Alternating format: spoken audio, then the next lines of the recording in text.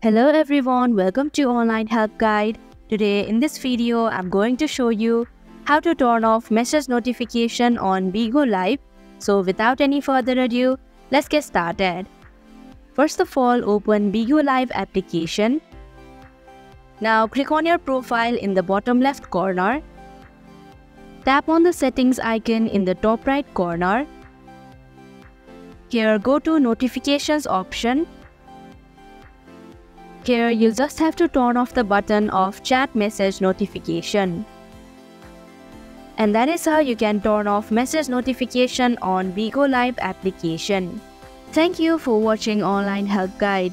Hope this video was helpful. If it was, hit the like button and comment down if you have any questions or feedback.